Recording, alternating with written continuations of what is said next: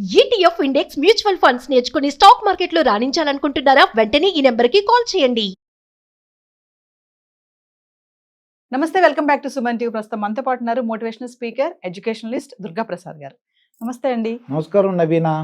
దుర్గా ప్రసాద్ గారు, పెళ్ళి అంటేనే ఆమె దూరం పరిగెడుతున్నారు అబ్బాయిలు. అంటే సున్నిత మనస్కులైన ఆడవాళ్ళు ఒకేసారి క్రిమినల్స్ గా మారిపోతున్నారు. అంటే ఇప్పుడు అంతా నడుస్తుంది. గత 15 రోజుల నుంచి చూసుకుంటే మనకు వార్తలు ఇవే వార్తలు. స్కెచ్లు వేసి భర్తలను చంపేయడము, హనీమూన్ అని చెప్పి తీసుకెళ్ళి అక్కడ చంపేయడము, పెళ్లి చేసుకుని రెండో రోజు భయపెట్టడము, బెదిరించడము, చాలా సంఘటనలు చూసాం వివిధ స్థలాల్లో, రాష్ట్రాల్లో కూడా. సో అంటే పెళ్లి అనేది ఒకప్పుడు పెళ్లి అంటే చాలా ముచ్చటగా ఒక పెద్ద కార్యక్రమం లాగా 16 రోజుల పెళ్లి అని చేసేవాళ్ళు. చాలా ఆడంబరంగా ఇద్దరిని కలిపే ఆ ఒక సందర్భం కానీ ఇదంతా బాగుండేది, ఒక వేడుకగా ఉండేది. కానీ ఇప్పుడు పెళ్లి అంటేనే భయపడిపోతున్నారు. అంటే అమ్మాయి అయినా అబ్బాయి అయినా. ఎందుకు ఇలా జరుగుతున్నాయి? దీని గల ముఖ్య కారణాలు ఏంటి? ఒకసారి మరి అబ్బాయిలకు కానీ అమ్మాయిలకు కానీ మీరు ఇచ్చే సలహా సూచనలు ఏమన్నా ఉన్నాయా? ఏంటంటే ఇప్పుడు న్యూక్లియర్ ఫ్యామిలీస్ అయిపోయినమ్మా. ఒక 20 years నుంచి కొద్దిగా టెక్నాలజీ పెరిగింది. అంటే టీవీలు వచ్చినాయి, తర్వాత ఇంటర్నెట్, ఇవన్నీ సీరియల్స్, సినిమాలు. మొట్టమొదటిలో ఒక 50 years బ్యాక్ ఎంటర్టైన్మెంట్ అంటే ఓన్లీ రేడియో. మిగతా వాళ్ళందరూ ఏం చేసేవారు? మొత్తం కుటుంబ సభ్యులందరూ దగ్గర కూర్చునేవారు. ఓన్లీ జెంట్స్ వర్క్ చేయడం, మగవాళ్ళు బయటకు వెళ్ళి చేయడం, ఇంట్లో ఆడవాళ్ళు పిల్లలను చూసుకోవడం, తర్వాత ఏంటంటే ఇంటి పని చూసుకోవడం, అది ఉండేది. దాని నుంచి ఆడవాళ్ళు చదవాలి, వాళ్ళు కూడా సరి సమానంగా అంటే మగవాళ్ళతో సమానంగానే వర్క్ చేస్తున్నారు. అంటే పైలట్లు వర్క్ చేస్తున్నారు, మిలిటరీలో వర్క్ చేస్తున్నారు. మనం చూస్తే పాకిస్తాన్ యుద్ధం జరిగినప్పుడు మన లేడీ కమాండర్లో మాట్లాడారు. నేనే స్టన్ అయిపోయా. మన అంతవరకు తెలియదు అది. అంటే ఈ మిలిటరీలో కూడా లేడీస్ వచ్చేసారు. ఫారిన్లో సింగపూర్లో చూసాను, బస్ డ్రైవర్లో లేడీస్. ఒక కంట్రీలో అయితే మొత్తం ఎక్కడ చూసినా ఆడవాళ్లే. అంటే వాళ్ళకి ఓపిక ఉంటుంది, బాగా అంటే ఒక ప్రేమ అనురాగం ఉంటుంది, ఓపిక ఉంటుంది. సతీ అనసూయ, సతీ అరుంధతి, ఇటువంటి కథలు చదివిన వాళ్ళు మేము ఇవన్నీ చూస్తుంటే కొద్దిగా ఆశ్చర్యంగా ఉంది. ఎందుకు ఇలా జరుగుతుందని. అంటే మొగుడు గురించి సతీ సావిత్రి నావిడ ఎంత పోరాడిందంటే యముడితో అనమాట. వెళ్ళిపో, నీకు ఏం కావాలంటే వరాలు ఇచ్చేసాడు. వరాలు ఇచ్చిన ఆఖరికి ఆ భర్తే కావాలని ఆ ప్రాణం తీసుకునేవారు, అంటే ప్రాణం ఇచ్చేసే వరకు యముడు పోరాడింది. అటువంటి కథలు చూసిన వ్యక్తి ఇలాగ ఏంటంటే టెక్నాలజీ పెరిగిపోయిందమ్మా, చదువులు ఒకటి వచ్చేసింది, తర్వాత డబ్బులు, అంటే ఇవన్నీ కూడా ఒక మానవ సంబంధాలు తగ్గిపోయి ఆర్థిక సంబంధాలు పెరిగిపోయినాయి. అంటే భర్త అంటే కాబోయే భర్త చాలా అంటే మంచి ఆస్తిపరుడే ఉండాలి. ఇంకోటి ఏంటంటే బహుశా నువ్వు చెప్పిన ఈ యొక్క కేసుల్లో నేను అనుకోవడం ఏంటంటే, పర్సనల్గా నేను అనుకోవడం, నా ఎనాలిసిస్ ఏంటంటే, అమ్మా నాన్నలకి ఒప్పుకుని ఉండరు.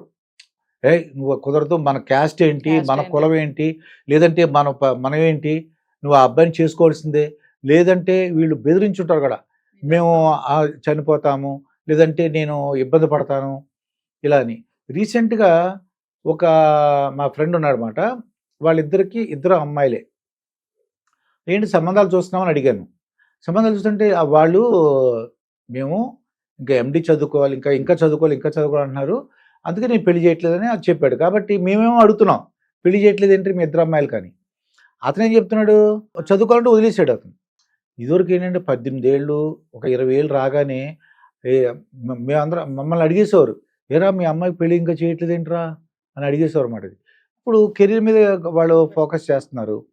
ఇది ఏమిందంటే టెక్నాలజీ పెరిగిందమ్మా. టెక్నాలజీతో ఇప్పుడు అందరికీ మగవాళ్ళతో సమానంగా చదువుకోవటం, ఉద్యోగాలు చేయడం వలన వాళ్ళకి ఈ లేడీస్కి మంచి ఆపర్చునిటీస్ వచ్చినాయి. అంటే స్వాతంత్రం వచ్చింది, స్వేచ్ఛ వచ్చింది, ప్లస్ వాళ్ళు వర్క్ చేసే చోట చాలా మందితో కలిసే అవకాశం వచ్చింది. ఇదివరకు అలాగే ఉమ్మడి కుటుంబాల్లో ఇంకా పెళ్లి కావాల్సిన పిల్లంటే బాబాయ్, పిన్ని, మామయ్య, ఎదురింటోళ్ళు, పక్కింటోళ్ళు అందరూ కూడా ఫోకస్ ఉండేది. చిన్న ఇల్లు, ఒక చిన్న టౌను, ఒక చిన్న స్ట్రీటు, దాంట్లో పలానా అమ్మాయి ఎక్కడ, అదే మీ అమ్మాయి అక్కడ కనిపించిందిరా బస్ స్టాండ్ దగ్గర, మీ అబ్బాయి అలా చెప్పేసేవారు. ఇప్పుడు అసలు ఈ పక్కనే అపార్ట్మెంట్లో ఏం జరుగుతుందో కూడా తెలియదు. అది చాలా విచిత్రంగా ఉందన్నమాట. టెక్నాలజీ పెరిగిపోయింది, చదువులు వచ్చేసినాయి, ఉద్యోగాలు వచ్చినాయి, డబ్బులు వచ్చినాయి, స్వేచ్ఛ వచ్చింది. అంటే వీళ్ళకి కోర్టులు కూడా అన్నీ కూడా ఏం చెప్తున్నాయి, ఆడవాళ్ళకు ఉన్న హక్కులు ఏంటి, ఎక్కువగా అన్నీ కూడా మన చట్టాలన్నీ కూడా ఆడవాళ్ళ వైపే ఉన్నాయి. మగవాళ్ళ కంటే. మగవాళ్ళకి. మరి వాళ్ళు కూడా వాళ్ళు ఆత్మహత్యలు చేసుకోవడం చూస్తున్నాం మనం. కానీ మగవాళ్ళకి కూడా ఉన్నాయి, వాళ్ళు ఉపయోగించుకోవట్లేదని అంటున్నారు కొంతమంది. లేడీస్ కంప్లైంట్ ఇస్తే దానికి సాక్ష్యాలు ఏమి ఉండవక్కర్లేదు. సో మగవాడైతే మళ్ళీ సాక్ష్యం చూపించాలి. ఖచ్చితంగా. అంటే నేను అలానే కాదు, ఉన్న చట్టపరంగా చెప్తున్నమాట ఇది. దీంతో ఏమైంది, ఇక్కడున్న ఆడవాళ్ళకి మిగతా వాళ్ళతో వర్క్ చేయడం చేస్తే ఏమవుతుందంటే అమ్మ నాన్నల కంటే ఇక్కడ పక్కన బాగా ఎవరితో పరిచయంలో నువ్వు అన్నం తిన్నావా, నువ్వు జాగ్రత్తగా ఉన్నావా అంటే లిల్లీ, నా బంగారం, నా తల్లి, ఎంత ప్రేమగా మాట్లాడతారంటే, అంటే తన భార్య కాదు తన అది ఫ్రెండ్ అంటే ఇంకా ఎంత ప్రేమ కురిపించేస్తారో మగవాళ్ళు. ఇంకా అత్యంత అద్భుతం అనమాట. అమ్మ నాన్నల కంటే ఇంకా అసలు అమ్మ నాన్నలు కూడా ఎప్పుడు తిడుతుంటారు, అలా ఉన్నాయంటే ఇలా ఏంటి తిడుతూ ఉంటారు. ఇదేం డ్రెస్ అదేం డ్రెస్ అని వేసుకున్న డ్రెస్ని పొగుడుతాడు వీడు, ఎదురుగున్నాడు ఏముంది డ్రెస్ సూపర్గా ఉంది చాలా ఇంట్లో అమ్మ నాన్నలు తిట్టారు ఇదేం డ్రెస్ అని, మరి నాన్న తిట్టాడు అమ్మ తిట్టింది ఇదేం డ్రెస్ ఇలా వెళ్తున్నాడు అని, వీడు ఇంటికి వచ్చేసరికి ఆఫీస్కి వచ్చేసరికి బ్రహ్మాండంగా ఉంది. అటువంటితో లవ్లో పడినప్పుడు ఏమవుతుంది, వీళ్ళు సంబంధం చూస్తారు, ఇంట్లో చుట్టాలో ఎవరో ఒకరు ఉంటారు. ఆ సంబంధాలు చూసినప్పుడు ఏమవుతుందంటే వీళ్ళు ధైర్యంగా చెప్పలేకపోయారేమో అనిపిస్తుంది. ఒకవేళ చెప్పినా వాళ్ళు ఏం చేస్తారంటే వినకపోయి ఉండొచ్చు.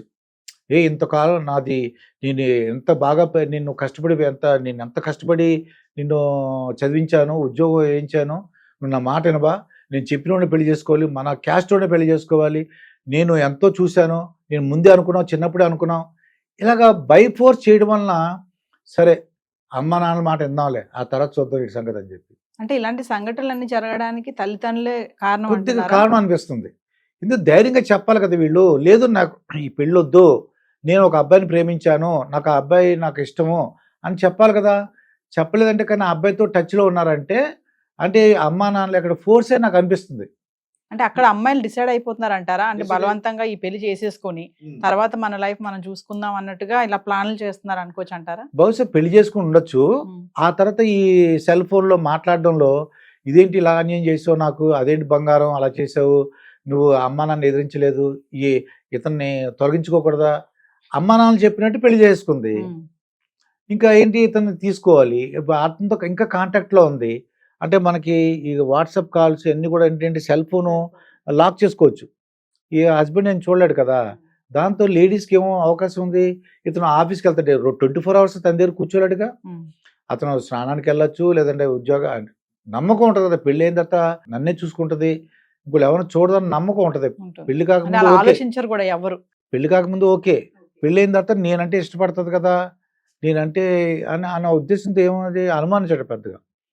ఇప్పుడు అతను ఈ సెల్లో మాట్లాడుకుని ఏంటి బంగారం ఎలా చేసావు అంటే బహుశా లొంగిపోయి భోంచేసావా, ఎలా చూస్తున్నాడు, నిన్ను తిడుతున్నాడా, లేకపోతే ఏం మాట్లాడుతున్నాడు, ఎన్ని కూడా అడిగి వీళ్ళు షేర్ చేసుకుంటారు ఫస్ట్ అబ్బాయితో.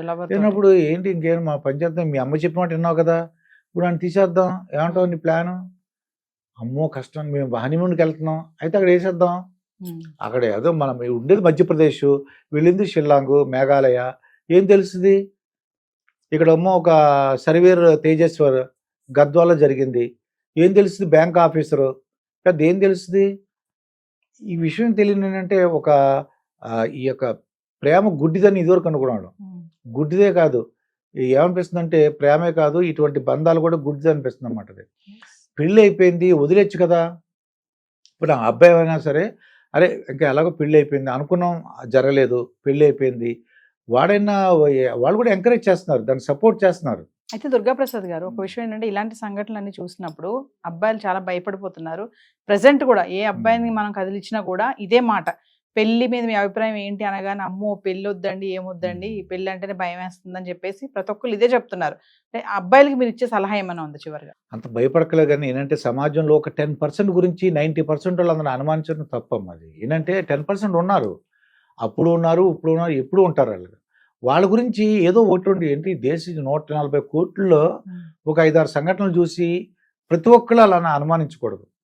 కాకపోతే ఏంటంటే పెళ్ళి అయిన తర్వాత ప్రేమగా చూశారనుకోండి, ఇది వీళ్ళు తిట్టకుండా వాళ్ళు ఏం చేస్తారంటే తెలియక నోటుకొచ్చిన మాట మాట్లాడడం, కొత్తగా వచ్చినప్పుడు వాళ్ళకి అసలు వాళ్ళకి ఏంటి ఇష్టాలు ఉన్నాయి, వాళ్ళ యొక్క అభిరుచులు ఏంటి, వాళ్ళ యొక్క పద్ధతులు ఏంటి, వాళ్ళకి ఏ కలర్స్ ఇష్టం, ఏ ఫుడ్ ఇష్టం, ఇదే తిను, అలాగే చేయి, లేకపోతే ఇలాగే ఉండు అలా అంటుంటే కొద్దిగా ఇబ్బంది అవుద్ది వాళ్ళకి. అలా కాకుండా కొన్నాళ్ళు ఒక 3 ఇయర్స్ పిల్లలు పుట్టే వరకు వాళ్ళు ఏం చెప్తే అది విన్నారనుకో కొద్దిగా వాళ్ళ అభిరుచులకి వాళ్ళ ఇంట్రెస్ట్లు ఏమున్నాయి, వాళ్ళు ఎక్కడికైనా కోరికలు ఏమున్నాయి, తొందరగా వచ్చేమని అడుగుతారు, మందు తాగొద్దంటారు, లేదంటే సిగరెట్ వద్దంటారు. ఇటువంటివి పాటించి డెఫినెట్గా ఆ అమ్మాయిని ఒకవేళ తేడాగా ఉన్నా సరే ఇతరులో ఉంటుందమ్మా. తన వైపు మలుచుకోవాలి, తన వైపు తనంటే ఇష్టపడేలా చేసుకోవాలి. అదే నేను ఈ జనరేషన్ అబ్బాయిలకి నేను ఇచ్చే సలహా అనమాట.